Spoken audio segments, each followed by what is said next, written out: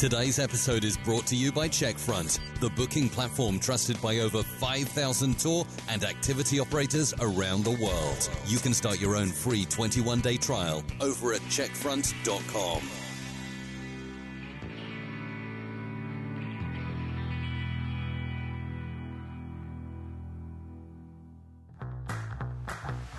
Welcome to the Tourpreneur Podcast. Travel industry veteran Shane Whaley will take you on a journey with fellow tourpreneurs, sharing their tips, ideas, insights, and success stories to inspire you to make your tour business the best it can be. And now, here is your host, Shane Whaley. Hello, listeners. Today, we bring you a new series on Tourpreneur called Meet the Agency. I'm Shawn Teasley, marketing consultant and owner of Social Tonic, and I'll be hosting these fun and nerdy digital marketing conversations. In each episode, I've invited 3 others to join me. First, a tourpreneur looking to increase their digital presence, a marketing agency serving the travel industry, and lastly, a tour operator client working with that agency. Let's dive into the conversation. To give you a rundown on who's on the show today, let me first introduce you to Alan Rust, CEO of America Tour Company, operating culinary tours and history tours in Iowa, Kansas, Missouri, Nebraska, and Colorado. Welcome, Alan. Thank you. Thanks for having me. I'm excited to be here. As a quick intro, is there anything else listeners should know about you and your operations? What really makes us unique is we let guests pick when they want to go on tour. So it definitely makes our business model a little bit different. We're not trying to fill tours. We're trying to be the most flexible we can for the guests. Excellent. Next, we have Chris Torres, founder of Tourism Marketing Agency located in Scotland, serving travel businesses all over the globe, helping with their marketing efforts. Welcome, Chris. Hey, thanks for having me. Awesome. Tell us, what are TMA's superpowers? I would probably say it's our combined knowledge of the tours and activities sector. No, our TMA was probably one of the first companies that came out just to dedicate themselves to marketing tour operators and activity providers. And I just think with the amount of knowledge we've built up over the many years we've been in business, no, I don't think anyone can come close to our level of knowledge when it comes to marketing tour operators. So I think that's probably our superpower. Excellent. And lastly, we have Amber Rittinger, founder of Be Wild Adventures and Wellness. She joined us from Vancouver, BC, and is a current client of Tourism Marketing Agency. Welcome, Amber. Hi, thanks for having me. Give us a little background on your tour business and your target market. We do guided hiking and nature tours in the Sea to Sky region or around the Vancouver area. Our goal is to take away the barriers. So we guide small groups, we pick people up from their locations, and we make it really easy for them. And like Alan, we do have a set schedule, but people can call us and schedule a time that works best for them as well. Demographic primarily has always been international, but with COVID and a lot of the changes, we're starting to see a little bit of a shift in that, which is actually pretty exciting. Excellent. Tell us a little bit more, like when you say shift, what's that look like? For the last year and a half, almost 2 years now, we haven't been able to see any international clients. So with a little bit of marketing, we have started seeing all Canadian clients. And even more recently with our hikes, locals, which we've never had before. Local has never been our demographic, and now we're starting to see that. So we're pretty excited about that. Okay. In this conversation, we're going to dive into Facebook ads, additional platforms that have solid returns, and a quick check-in on using Google Things to Do. Chris, let's start with you. What are your top 3 things business owners should know before engaging in a marketing agency? It's never a get-rich-quick scheme. A lot of people will come to an agency expecting instant results, and that's just not what happens. No, if an agency is doing their job properly, you have to go through research and making sure the website and you have that sort of strong platform. The website's in a good position. You have to make sure you're creating content that attracts your customer and has the right tone, and creating the right videos and images and all these different things. So you have to put all that in place. And it's actually probably by month 3, you'll only really start putting out the stuff that you're starting to produce, because you're taking 2 or 3 months to actually create all the content and do all the things and the strategies and everything else. So I think it's a misconception when people use an agency that think things are going to happen immediately. That's just not the case.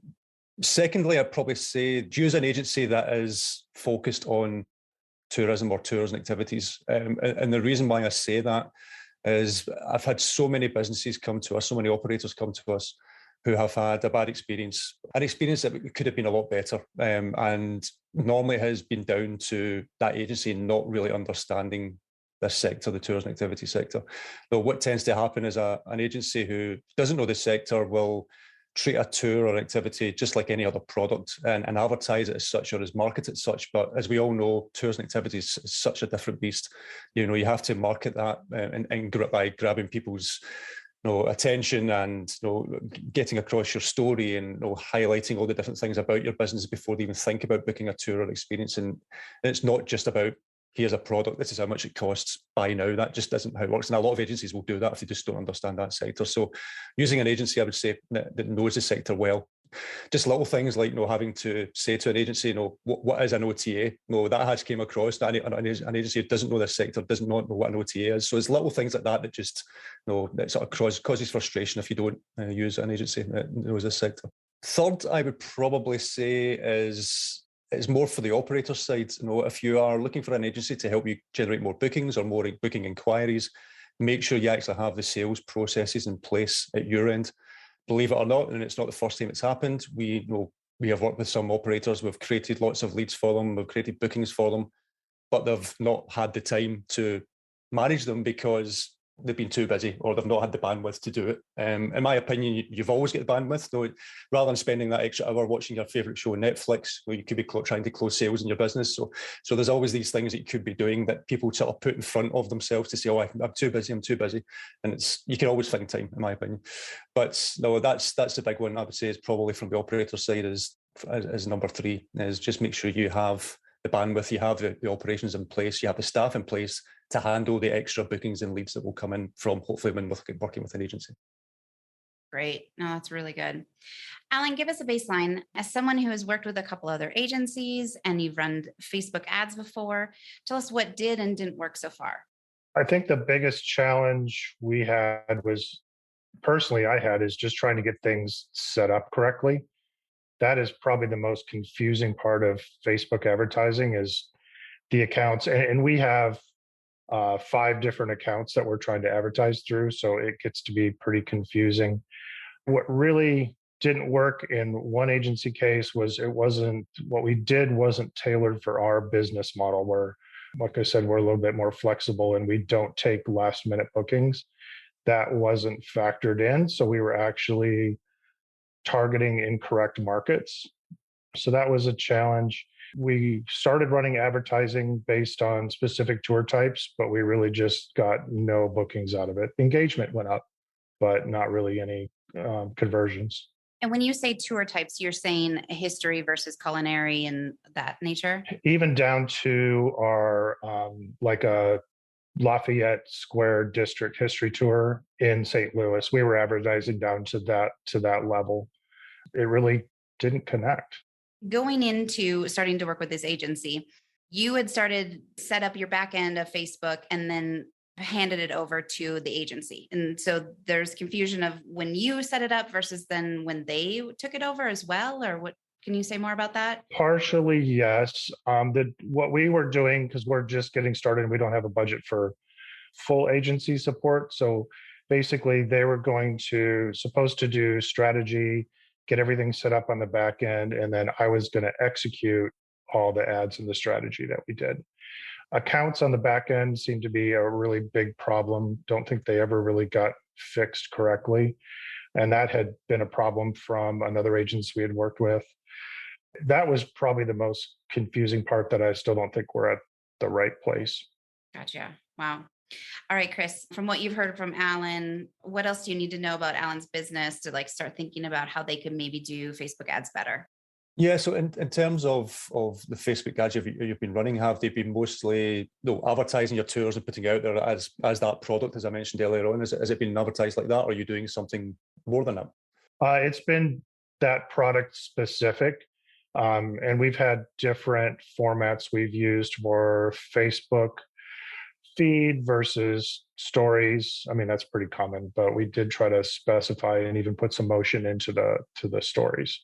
So the way that we normally approach it is we don't tend to focus on the product initially and advertise the product initially. And Amber will hopefully allude to this, but what we tend to do is, and I hate to use the word funnel because it's a word I detest, but we tend to run a series of ads which will first highlight something about the destination. It's a nice piece of content driving people to that sort of blog, and something that's going to inspire them to know more about your business and everything else from there. And that's what we run first. And then that's what we call the sort of inspiration ads. And then the second ad that we run is maybe what we call the sort of trust ads. So this is maybe showing you more images, more videos, some reviews, that type of thing. And then by the third or fourth ad, that's when you're asking for the sale. You're basically trying to sell the product to those who have engaged throughout those 2 or 3 ads to begin with. Or if it's inquiry based, asking for people to fill out the Facebook form or the form on your website and inquire that way. And that's where we tend to get a lot of good results with it, doing it that way rather than just going out and advertising products straight away. So that would be the first thing I would say is build up that sort of inspiration stage, build up the trust, because if you build up those two, people are more likely to buy from you at that stage. So that's the way we tend to approach it when it comes to Facebook advertising. And videos as well, using videos, we tend to find work better than images most of the time, but that's not to say images don't work. It just depends on the message you're trying to tell. But with what you mentioned there as well about, it wasn't really producing a lot of good results for you, that's why I always say, the research is such a big thing. It's making sure that that particular ad is going to hit whatever audience it is that you're going to target, whether it's hyper local, whether it's in other parts of the United States, or whether it's international, whatever. It's just making sure you really are hitting the right people, right demographics, the right ages. What you tend to find is someone will run ads for every age group, whereas ads for a 25-year-old is going to be completely different from a 45-year-old. So you just need to tweak your content. And one of the best ways I tend to find sometimes with Facebook ads is to upload lots of images to Facebook, upload different types of text, and let Facebook work out which combinations are actually going to work out well. And sometimes that can really work well as well.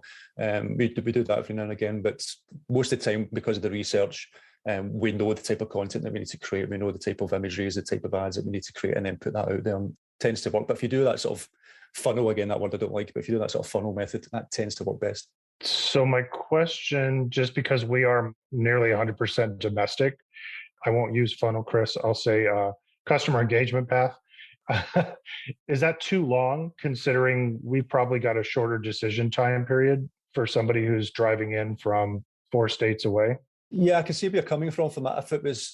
I would still sort of follow that sort of method that I'm mentioning, maybe not have as many ads, but someone coming from a neighbouring state, for example, will still need to be inspired to visit your state. Maybe, that's the big thing. They may have not even thought about coming to your destination, but after seeing your ad, they may think, actually, this is what I want to do. And it's because they've been inspired. By having a product ad for people who have already arrived at your destination, who may not have seen your ads, yes, I would say, yeah, that's where you maybe would have more sort of product-specific ads for that type of thing. But if you're attracting those destinations around you that are local, then having maybe 1, 2 ads at the beginning with before you ask for the sale is probably still going to work pretty well, to be honest. In fact, we did that for a recent company who were wanting to do cycling tours. So we'd normally do cycling tours in Europe, but because of the pandemic, they've not been able to do that. So what they did was they focused on New England, which is apparently, according to them, is seen as the Europe of the United States, and a lot of sort of similarities. So we did a campaign targeting specific states that were high on cycling and everything else to try and bring them to that area. And the amount of leads that they got and the amount of inquiries was incredible. So in a space of about 6 weeks, and that was a lot of inspiring content before you actually went in and asked for the sale. So, and Alan, even prior to COVID, were most of your tour takers driving clients? Before COVID, we were probably 50-50, what we call local, which is in the metro, or visitor, which is outside the immediate metro. We are much higher now. I forget the exact number, but we're almost all like regional or local. I love when Chris was also saying this, like inspirational stage. I don't know, Chris, do you ever use that word, brand awareness? We're doing a brand awareness type campaign too. So the thing that just on that, actually, it's a thing that a lot of operators don't like hearing is the word brand awareness, because it's ultimately, they think it's not generating them revenue. But it's completely wrong aspect to think about. No, it is going to generate you revenue. It's just, as I say, it's going to take you that little bit longer. Well, Facebook is a different beast, because when you're using Google Ads, someone's maybe already got it in their mind, a destination they're wishing to go to or wishing to travel to. So maybe they're specific, they're saying they're maybe typing in things to do in New York or Glasgow or whatever it is they're going to do a search on. But with Facebook, you are, in a word, being rude, because you're on your Facebook feed and all of a sudden you see an ad. And it's just like sending out 1,000 flyers to, dropping that in a particular destination. You've got to try and inspire people to pick up the phone or getting in touch. But with Facebook ads, you can be super targeted. So your flyer is going to work a lot better than a traditional printed flyer. So think of it that way. So the only way you're going to do that is by inspiring them or something like that from there. So that's the big difference. But brand awareness is key, especially on Facebook. Just on that whole topic, it gets me really excited right now because I used to not hate, but like it is. You hear brand awareness and you hear spending money with no results. I'm on the opposite end of it now. We're seeing it. And Chris is absolutely right. Like even myself, I get so annoyed scrolling through Facebook and seeing an ad. But what's been happening, like I guess what we've been doing with our campaigns is it is brand awareness. It's not an ad for a tour. It is a suggestion, like an image, a video, something that's really pretty that you're like, oh, what's this? Right? It's not so much in your face. It's just, this is here. So Amber, tell us, what are you running with Chris right now as far as ads? We actually have a few different ads going on, and it is based on some conversations we've had over the summer about our target market, because we're split right across the board. Like we're as even male as we are female, we're as even 20-year-olds as we are 40-year-olds. So it was really hard to decide how to market that because Chris is absolutely right. People receive the same message in different ways.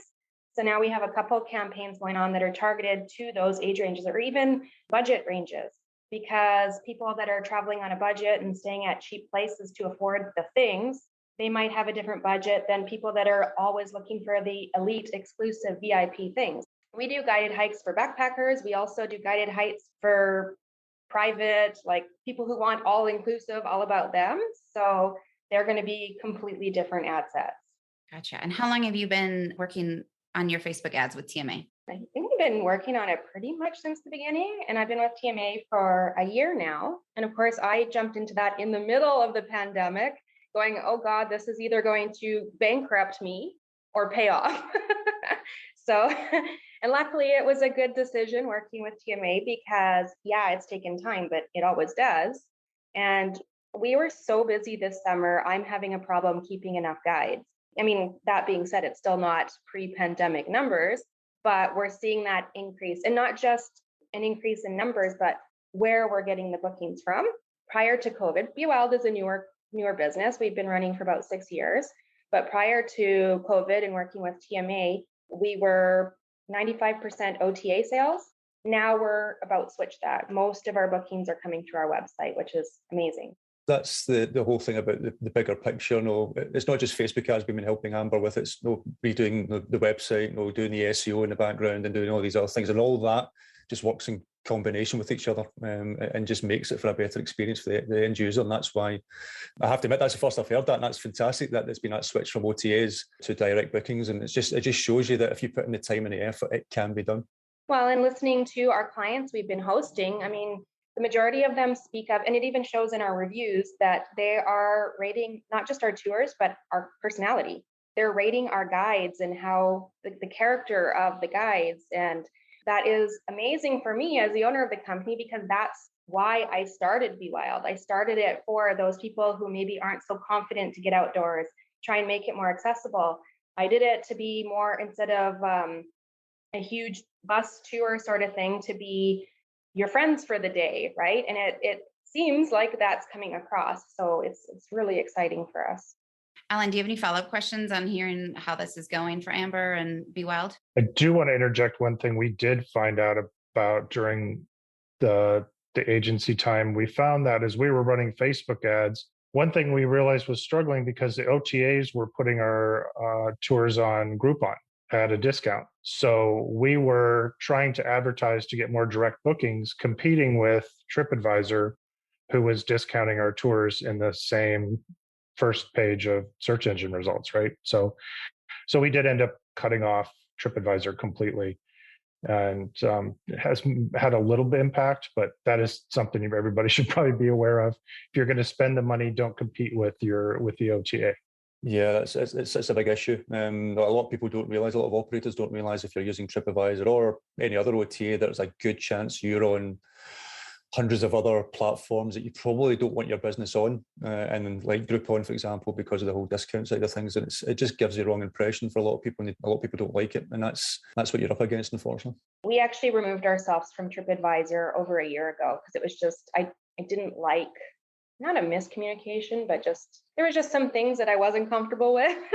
So we removed our tours off there. I mean, we can still be reviewed on TripAdvisor. We're still there. We just don't sell any tours through it.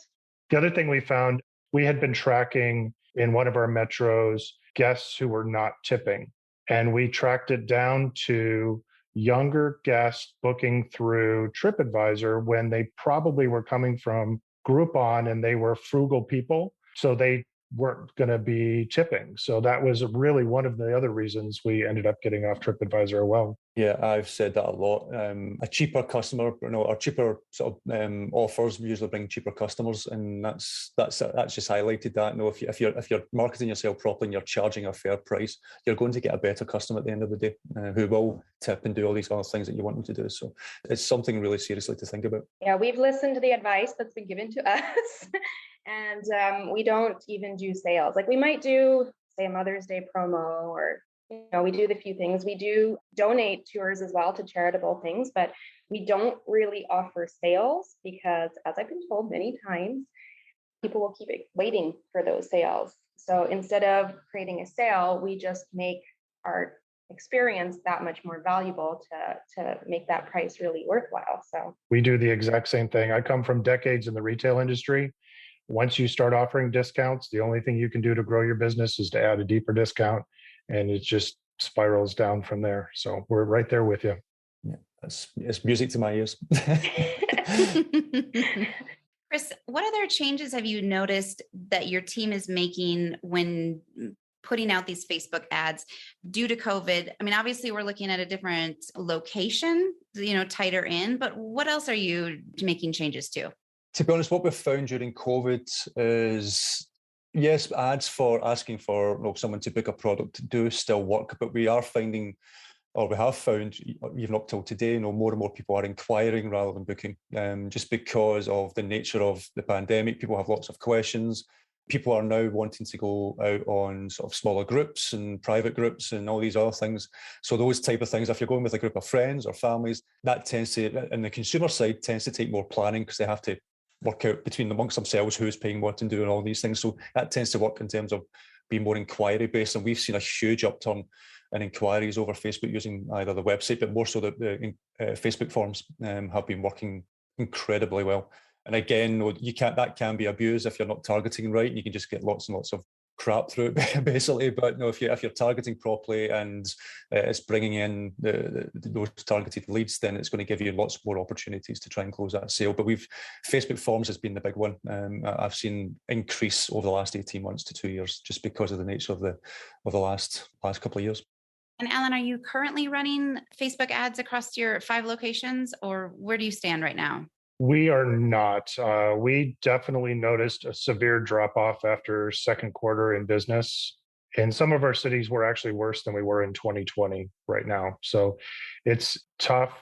So we are not currently advertising. Definitely keeping up with social media. And that's one thing I guess I also wanted to bring up. Like, Chris, is it reasonable to be able to work with your agency to work on the non-paid as well as the paid? Because, we're on Facebook, Instagram, Pinterest, TikTok, and we're on all of those. And there's definitely strategy and a mix in all of that, I think, for your total marketing plan. Yeah, no, we've got many customers ask our advice on, or we help with just SEO or social media or adding content to a website or whatever that doesn't involve any paid advertising. So yeah, we can help with pretty much any type of service that you can think of when it comes to marketing a business online. When you're thinking about running your Facebook ads, having your organic feed full and beautiful and is so important to be able to actually having those Facebook ads perform well. Definitely. If you're running ads and people start going down that rabbit hole of knowing more about your business, they're going to check out your website, they're going to check out your social media. So keeping all these things up to date. It's not just that, especially with the past 2 years, if you're not keeping your social media up to date, people will just think maybe your company has went bust in administration. So by keeping up to date and letting people know that your business is doing fine, I was going to say well, but that's probably the worst word you could probably use in the past 2 years, but it's doing fine, you're still in business, you've got little stories from your staff going up or whatever in your tour guides, all that just helps inform the consumer and gives them trust to say, okay, these guys are still in business, I'll maybe book from them. But if you've got a social media platform that's been dead for the last 2 years, no one's going to book from you if they see that happening. So yeah, it's even worse with COVID. Like that was a thing prior to COVID, is making sure that it looks like you're still operational, but now people are even more skeptical because of COVID. Yeah, for me, even last year when we quite literally could not run tours, I mean, I think that happened for everybody. We ran hikes. So I was going out and doing my own hikes and I was posting about those. I mean, I'm not very good at social media, but I try. But it was just something to keep it moving along, right? We don't get much business from Twitter, but to Chris's point, I post something on Twitter every week, just to make sure that there's some content out there. If that happens to be the platform they go to check us out on. That's the perfect thing, especially if you can get into your automation and do, just your 4 posts per month, and then it's just goes out on its own. One thing I was just going to add there about the Facebook ads, don't be scared to mention prices in your ads, or that can actually help with the qualification of customers. We ran a campaign in England who does tours across the Cotswolds and that type of thing. And they're chauffeur driven, so they'll come to London, they'll pick you up and they'll take you across the Cotswolds for a day or a weekend or that type of thing. So very private, very niche. And when the ads were coming in, we didn't have the price on them, and the leads were coming in, they just weren't what we were wanting or expecting. And as soon as we added in the price, that's to say, okay, for a group of people, it's going to be £500 or whatever it would be. That's when you get a lot more qualified leads. People where you were sort of pre-qualifying people and things like that. So don't be scared to add your price on your ads as well, because it can help massively in terms of, especially inquiry-based products. That's a great tip. Okay, Amber, you had mentioned that you're not the greatest at social media. Are you doing your own organic, or is that something that TMA is doing for you? TMA has been doing my social media. I mean, I had been doing it by myself, but I mean, to be fair, I wasn't expecting things to shift as suddenly as they did this summer. So I'm in the boat of, I don't have time for this. I can post pretty pictures, but to come up with something smart to say with it, I was just getting overwhelmed. So they do that too. So I was very happy to let them take that over for me.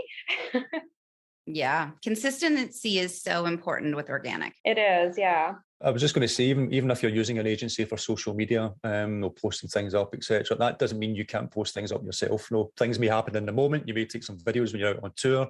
Don't be scared to say, oh, I can't do that because my agency is working on it. Post them up. No, there is no harm. Just the more content you can put up there, the better. So stories, that's what we were doing. Maybe not as often as we should have, but yeah, we were definitely still doing our own stories to be more like in the moment.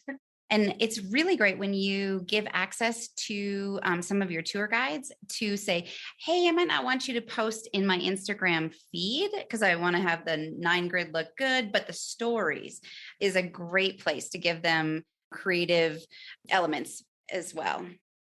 Yeah, we actually incentivize our guides to give us content while they're tour.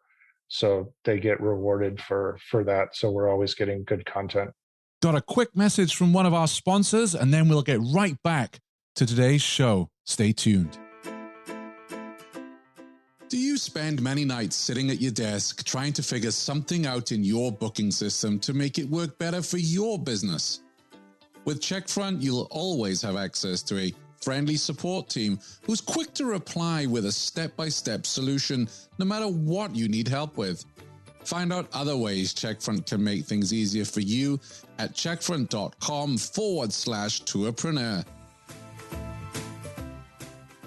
Tell us a little more about how the reward works. We have a host rewards program, so they get rewarded for different things that they do, most of which we do want them to do, but they earn points and then they can get cash rewards when they hit different hurdles. So, we want them to send group pictures. What I'm trying to get them now, because you mentioned stories, but Reels is even that much better as far as the number of views. So we're trying to get some video content from them. But the group pictures that we get from every tour, that's probably our most engaged social media that we post every week. Yeah, the type of post. Yeah, no, just as an add-on to that, if you're doing lots of photographs and videos, always think about Google My Business as well. And that is a social media platform. A lot of people don't even think about that when they maybe set it up, put the listing up, and then completely forget about it. Whereas posting on there with regular posts, posting up the videos, posting up photographs, just helps your rankings immensely. So just the more you do that, the better as well. So if you're taking photographs and videos. GMB for us is huge. I mean, there's months where we're getting 1,000 views just from GMB. And I go and I do a post every week, and I do post our group photos on there as well whenever we get them. That is number one priority. I actually forgot you could even do that until just now when you said that. So thank you. Well, and then also if somebody stumbles upon your Google Maps listing, then you can also see all the photos there too. It's very underrated, but extremely helpful. Okay, let's shift gears a little bit and talk about, we dabbled into Instagram, TikTok. What are some of the other really beneficial ROI type platforms that you're seeing some of your other clients using right now, Chris? There's obviously, it's still very much in its infancy, but we can still already start to see there's going to be Google things to do is going to be huge in terms of advertising and that type of thing. There is some issues with Google things to do, which I'm hoping they will solve in time, but we can see that being a huge platform for Google Ads and things like that. But again, that will only work if your ResTech is connected to it. So that's the downside. One of the things I don't like about it at this moment in time is if it lists all the sort of products that are available, it doesn't really give you any context to what those products are and the prices. So you may see one ticket or a price for a tour is $20, say, just for talking's sake. And then the last one might be $500, but it doesn't give you what's the difference between both. No, one's obviously just maybe a ticket into an attraction, whereas the other one, you've actually got your own personal guide and everything else and that type of thing. So it doesn't give you that, but in fact, hopefully in time that will come. But in terms of an advertising platform, it's another space where you can take up that real estate, especially on a mobile phone. You can take up that real estate at the top, hopefully get you in front of an OTA, because this is what Google thinks to do, should be doing better than the previous one that they had in terms of you being able to compete more fairly with OTAs and that type of thing. So we'll see through time, but that's going to be a big one going forward for a lot of operators, for sure. So, and currently, from what I'm seeing, it's the tickets available are just for attractions. Is that what you guys are seeing as well? It's not open to experiences quite yet? From what I know, it is, but I don't know if anyone's using it as much yet. No, I think Google Things to Do was only recently available in the States for a little while, and it's only now just coming out in things like the UK and stuff like that. So it's still very much in its infancy, and I'm sure things, as I mentioned, will change. But yeah, it's predominantly as attractions at this moment in time, but we have seen a few tours pop in and come into it as well. Alan, so thinking about secondary to Facebook and Facebook ads, where would you want to take in some more insights and information from Chris? I do want to pass along one tip, actually, about Pinterest, which is a great organic. And then I guess, I don't know, from Chris, it would be next to Facebook, where would you spend money, or is it all just Facebook right now? So Chris, after looking at Facebook ads, where would you suggest entrepreneurs spend their marketing dollars next? It doesn't necessarily need to be things like another ad platform. Though for me, it would be optimizing your website, spending money on SEO, spending money on getting content written. A lot of operators just won't have the time to write blogs and write content and do all these things that you should be doing on your website. That really helps with your direct bookings because it helps with your organic reach. It actually helps you, especially if you in future, or if you're already doing Google ads, having a more optimized website, having optimized landing pages specific to a product or a destination or a particular topic will actually reduce your Google ads cost and give you a better cost per click from that as well. So I would say if next to Facebook ads for sort of those immediate type of inquiries and bookings and things like that, the next thing you should really be spending your money on is making sure your website first is a good platform, works well on mobile, it's easy to navigate, do all these things, but then the SEO and the sort of ongoing content from that, because that's such a key aspect when it comes to ranking on Google. So that would probably be the next thing I would spend the money on. In fact, if I'm being completely honest, I would spend the money on the website first before I even thought I'd be doing Facebook ads, to be fair. That's where I would spend the money on, is the website and SEO. I'm going to second that because TMA has done that for my company, and the website, optimizing it, even the copyright on it. I wrote on it what we do. I thought I had a good description, but how you say what you do matters so much. And the rewritten version of some of this stuff has really mattered. And also the blogs. I do not want to underestimate the blogs because TMA has helped us with that as well. And looking at our SEO over the last few months, there's one blog in particular that a lot of people have booked from. And that was written about the best hikes in the area. And a lot of people that come to BC, they come here for our nature. And a lot of people want to hike. So when they see this blog, they've got the top hikes to do, and then they're calling us on it. So I really enjoyed that. And the blogs weren't even like, come to Be Wild. I mean, we kind of slipped that in there, but they were legitimately just about the best hikes in the area, written from Be Wild. So we were getting the calls on that. So the written content really does matter. And if you've got the ads that are attracting people and the website's not that good, they're just going to bounce. I'll give another vote to SEO because we've honestly grown our business simply on SEO. We haven't really done that much advertising until we tried it this year. So, and again, yeah, blogs that are location, not your company specific. Like in one area, we wrote an ultimate 48-hour guide to this city. And of course, in that 48 hours, you're supposed to do a couple of tours with us. That's in there, but that's not the title of the blog post, like she was saying.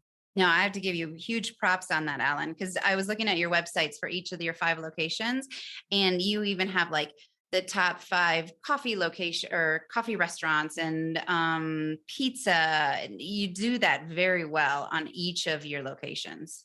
I know that you've invested. Yeah, and that's what I was mentioning earlier about the sort of inspiring content. It's writing things. It's not necessarily about your business or promoting. Well, as you said there, Alan, you maybe have those little soft links in a text, somewhere in the text to take you off to a product or something like that. And you maybe only have 1 or 2 of them, but the blog or the article or that inspiring piece is, how is it going to help the person be inspired to come to your destination? Don't even think about buying your product, even just get to your destination. That's what the content's about, and that's what it should be doing. And then you sort of lead them off, hopefully, from that, and they'll find out more from you for once I've read that. So, all right, Amber, what's one thing that TMA is not doing for you today, and you wish they were? I'm going to say I love everything they're doing, but the one thing that maybe they don't even offer it yet is post ad campaign email marketing. I need so much help with that. I know I'm supposed to follow up. I have so many leads coming in from these campaigns, but I don't know what to do. And nor do I seem these days to have the time to learn it. Well, it's certainly something we can help with. Doing email marketing, whether it's pre-sale or post-sale. So if it's something you want, obviously speak to Amanda or one of the team that we've got at TMA, but or Jenna, but speak to one of them. But it's something we can certainly help you out with in terms of advising the best ways to maybe set up some automation emails. So at least someone's getting an email when they make an inquiry to let them know that you're on it, that you'll be in touch with them shortly, that type of thing. And then from there, there's always going to be that manual aspect of you having to get in touch with them to find out what it is they're wanting to do. And that, of course, so there's going to be that aspect of it. But there's nothing wrong with setting up some automations for when a sale comes in. But even after the tour's finished, or once they've made that booking, say they're not going to arrive to your place for, say, 6 weeks or something like that, then you could be drip feeding them weekly content about, if you're going to be arriving in Vancouver, as Alan was mentioning, you could try out these top 5 places. These are 5 restaurants I recommend, or this is this is that. And having those little bits of content and emails to send to them while they're to sort of whet their appetite before they get to your destination and they'll take out the tour with you. You're giving them more helpful guides. That's all something we can help write and do for you, and then creating an email to ask for a review at the end of all that as well, and all these other things. So this is all something we can help you out with. So I'm more than happy to help you. I know our email campaigns, when someone signs up from one of our ads, they go into the email series and they get, I think it's like 4 weeks emails following up with each of them, and then that ends. And what I'm receiving is an email lead. So that's it. It just comes with the email, and I'm like, what do I do with this? I don't even know what it is they lead it on. Yeah, one thing we can do for you is actually help you create a template in terms of what you can do is in terms of a sales email to send back to them. So something that's obviously not too sales focused, too sales heavy, something that gets across your personality. And then that's something you can, with lots of different types of software, you can just change the name, change some key details within it. But for the most part would be written, and then you send it out to them. So that's something we can certainly help you out with. So I do have friends that help me out with some of my computer challenges.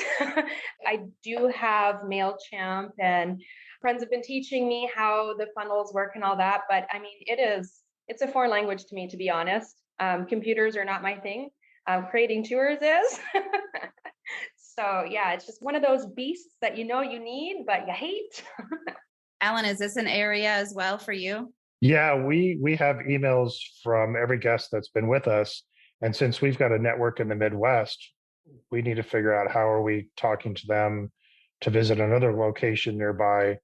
I guess that's kind of like Amber. That's one thing I don't have time for, don't know how to do it. And I also hate getting too many emails. So I don't want to be the person sending out too many emails. Yeah, no, I completely understand it, but it's certainly something that when it comes to a sales email, we can certainly help out with, writing, even whether it's just the initial email you send out to them or a couple of follow-ups. That's something we can do. So happy to do that for you. And maybe another aspect is to even look at, some people are put off with them, but even looking at something like a chatbot. So having that on the website, which actually asks questions from the person that's on the website, what type of experience are you interested in? What type of products are you interested in? With yourself, Amber, it could be walking, or do you want to do a waterfall tour or something like that?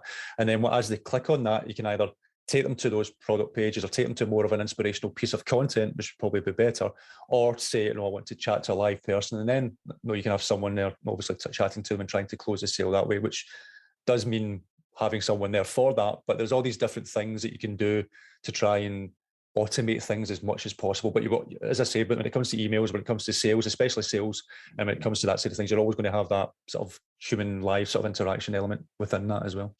Okay, Alan, we have to know. So you've worked with a couple other agencies in the past.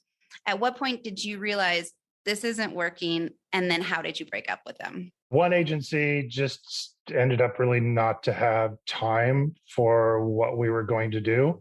So we just weren't really making any progress. So that one was a hard pass. The other one wasn't exactly tailoring things right for what we needed. And it was also a timing things where things just absolutely dropped off. So we decided to take a pause, and that's kind of where that one is at. Although in thinking about it afterwards, I just don't think it was being tailored for our business model. Chris, how do you set expectations right from the get-go of what clients should be receiving as far as monthly reports and performance? The client knows that what's going on. Yeah, no, it's something an agency should set out right at the very start. What's the sort of, we know timelines can change, things happen, but giving them a base timeline of things that you're trying to keep to. We always give monthly reports, but we don't just send across a PDF report. If Amber, for example, wanted to talk to Danny for SEO and know everything about that, she can. If she wants to talk to the content team, she can talk to them directly as well. It's not. Communication is key when it comes to working with an agency and vice versa. So you have to be upfront with everything that you're going to get. But even if, with Alan sort of mentioning there about breaking up with an agency, this was actually one of the reasons why I set up TMA in the first place, is because I worked in other agencies who tried to make it as difficult as possible to break up with them, which annoyed the hell out of me. So I was like, I wanted to do something different. So if someone wants to leave, they want to leave. Don't hold them over a barrel and say, well, you can't get access to this, you can't get access to your website, you can't do this, you can't do that. We give everything over. No, we don't hold anything back. No, we always sort of say, if you're setting up, the big ones are things like Google Analytics or your tracking software and all these things tends to be set up within an agency's account, which then you don't have access to. And it's things like, set that up within the client's own emails, the client's own accounts, so they have complete control over it. And then if they decide to leave, they can leave. And the same comes with a website, give them full access. Make sure that they can take it with them if they wish. No, we don't hold anything like that back. And at the end of the day, if they're going to leave, they're going to leave, and they'll do their own thing. But we have had customers who have came back, and because of the good breakup they initially had with us, because they were obviously promised things from another agency, it didn't happen, and then they actually thought, okay, these guys know what they're doing, and then they came back and we started working with them again. So you just never know what will happen down the road, and it just gives you a bad reputation. So break as amicably as possible and give everything across that you can give to an operator. No, I always ask for references. I always say that when you're going to work with an agency, ask for references. It's not the first time I've sent a potential client an email when Amber's spoke to them behind the scenes in terms of how we work and everything else. So, and it's helped them. We've won that client over and that type of thing. So always ask for references, figure out how they work with a particular business. Every operator is not for every agency. No, personalities may clash. That's whatever. No, that's just the nature of business. No, you're never going to be able to please everyone. But for the most part, if you're completely upfront with the pricing, with the structure, with what you're going to do, no, we don't have anything that's hidden that they don't expect. No, just put everything up front, make sure everyone's happy, and then it just makes life a lot easier in the long run. Toot your horn here. They don't pay me, I pay them. Honestly, one of the things I love most about TMA is, first of all, the clarity I don't know anything about marketing. I do now. I took a course over COVID, but it's the report. It really is those month-end reports. The previous agency I was with it was a very brief time because I had just started with them and then COVID hit, so we dropped that. But they were sending me the month-end reports and I had no idea what they said. But the reports I get from TMA are so detailed, even for me who doesn't understand any of it. It made sense. And even the first one where there was bits I didn't understand, Chris is right. I talked to the team and they took the time to go on a Zoom call with me and explain it all to me.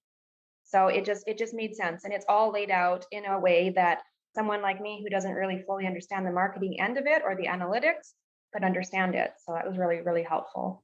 I'm still hung up on how you're handling so many social media accounts. Don't make me think about it. Right?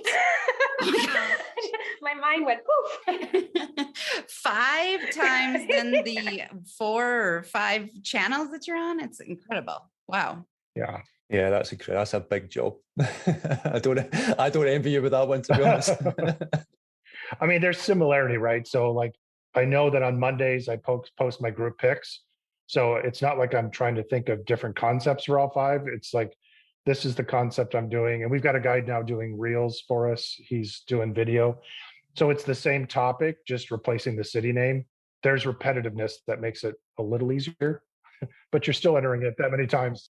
As an organic guru, it is all about the schedule and knowing, even if you have themes for every day of the week or every first Monday, having that allows you to sit down and do the content in so much more ease than if you were just to show up on the day that you think you're going to do social media, you blank, and it won't be consistent and it won't jive, and it'll reflect it in your posts as well. One of the things I always advise as well is creating like a month's worth of content ahead of time. You can obviously slot things in as and when they happen during that, but if you create like 30 days worth of content, you're going to be fine for those 30 days. You can keep adding to it for the weeks and months ahead, because you will get days where you're too busy, or you'll get days where you're maybe feeling under the weather and you can't be bothered to do a video or whatever. You will get those days. So at least that you'll know in the back of your mind, actually, I'm going to be fine because there's content being posted up and being scheduled already. And then you can just add to it as and when you can. But doing that sort of schedule, as you're saying, and creating that sort of backlog of content really helps. It's amazing as I talk to different entrepreneurs, they're a little resistant at that. And I cannot recommend it enough to batch it out, to sit down at one time, and it really will flow and you'll have a theme for the entire month as well. It puts you at ease, right? Because you have a plan and you can get your content ready ahead of time instead of like, all right, it's Sunday. I've got to figure out what I'm going to post this week. Oh my gosh. And I'm supposed to be at so-and-so's house for dinner. And it makes it a lot easier because you can think ahead. No, even for TMA, because we've been really busy during COVID, thankfully, it's been good that way. No, we have sort of neglected our own social media a little bit because we've been busy with everyone else's in terms of the operators we've helped. But I literally sat for 2 days and created 3 months worth of content, and it's all been scheduled up. And that literally took 2 days, maybe 3 days at the most, with adding some articles that I've written in between that. But no, it can just take you 2 or 3 days. You'll get those 2 or 3 months up as and when things come in or when the ideas come into your head. Then it gives you that freedom to think, okay, I'll add this in because you're going to be fine with the rest of the content that's already scheduled. Amber, now that you know Alan's business a little bit more after he's talked to, do you have any other ideas that might be helpful for him?